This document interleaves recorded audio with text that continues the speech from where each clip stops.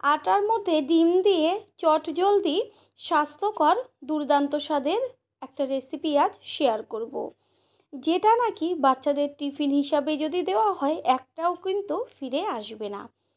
নমস্কার বন্ধুরা, শ্বশুর বৌমা রান্নাঘর অ্যান্ড ব্লগ চ্যানেলে সকলকে স্বাগত। তাহলে কি করে তৈরি করব সেটাই দেখে নেওয়া যাক।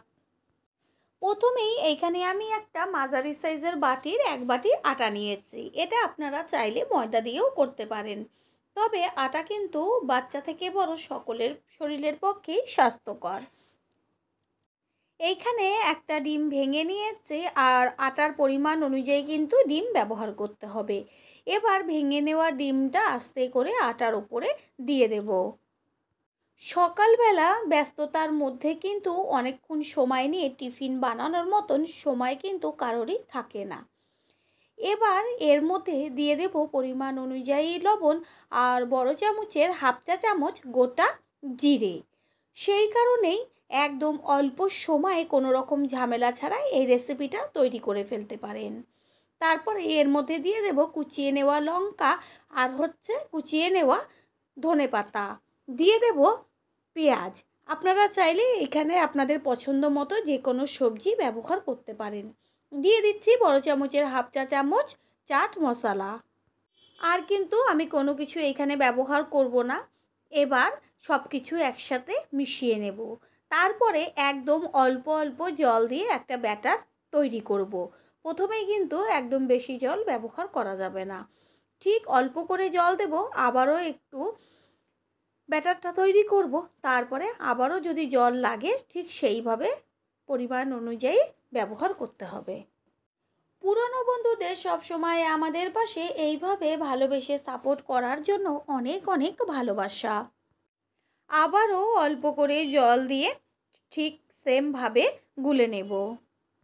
ব্যাটার খুব সুন্দরভাবে গুলে নেওয়া হয়ে গেছে, আর এটা কিন্তু একদম জলের মতন পাতলা হবে না, বেশ একটু ঘন হবে।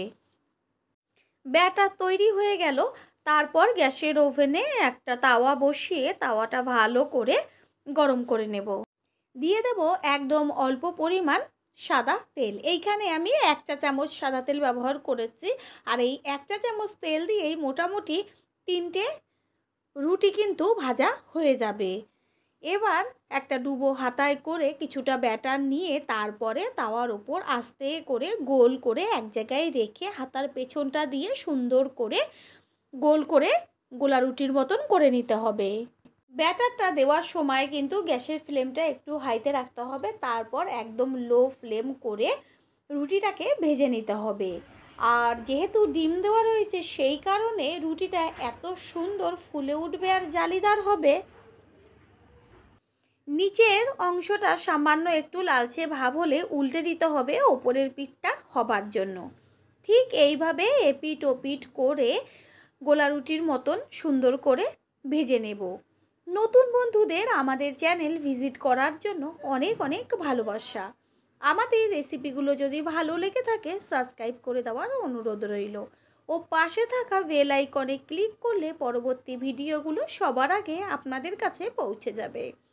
রুটিটা কত সুন্দর ফুলে উঠেছে, দেখাই যাচ্ছে যে কতখানি উপর করে দেওয়ার পরে উঠে যাচ্ছে। নামমাত্র তেল ব্যবহার করে এত সুন্দর একটা স্বাস্থ্যকর রেসিপি হয়, যেটা নাকি বাচ্চা থেকে বড় সকলেরই কিন্তু ভীষণ খেতে ভালো লাগবে। রুটিটা কত সুন্দর ফুলে গেছে। এবার ভাজা হয়ে গেছে যেহেতু একটা প্লেটে তুলে নিচ্ছি, আর একইভাবে আর একটা করে দেখিয়ে দিচ্ছি।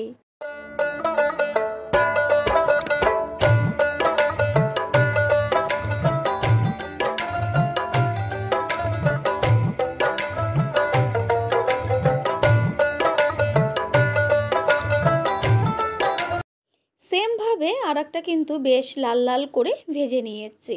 এটাও ভাজা হয়ে গেছে, এবার তুলে নেব।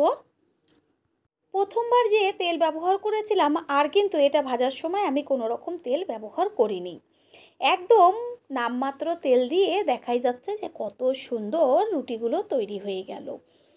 সমস্ত রুটিগুলো ভেজে নেওয়া হয়ে গেল, তৈরি হয়ে গেল আজকের রেসিপি। আশা করি রেসিপিটি ভালো লাগলো, আর যদি ভালো লেগে থাকে একটা লাইক কমেন্ট, পারলে একটা শেয়ার করে অবশ্যই জানাবেন। আপনাদের দেওয়া একটা লাইক ও একটা শেয়ার কিন্তু আমাদের কাছে অনেক অনেক গুরুত্বপূর্ণ। এই রেসিপিটি যদি কেউ ফেসবুক থেকে দেখে থাকেন, ফলো করে পাশে থাকার অনুরোধ রইল। All friend, thanks for watching my video. আপনারা সকলে ভালো থাকবেন, সুস্থ থাকবেন। আবারও দেখা হবে অন্য কোনো রেসিপির এপিসোডে।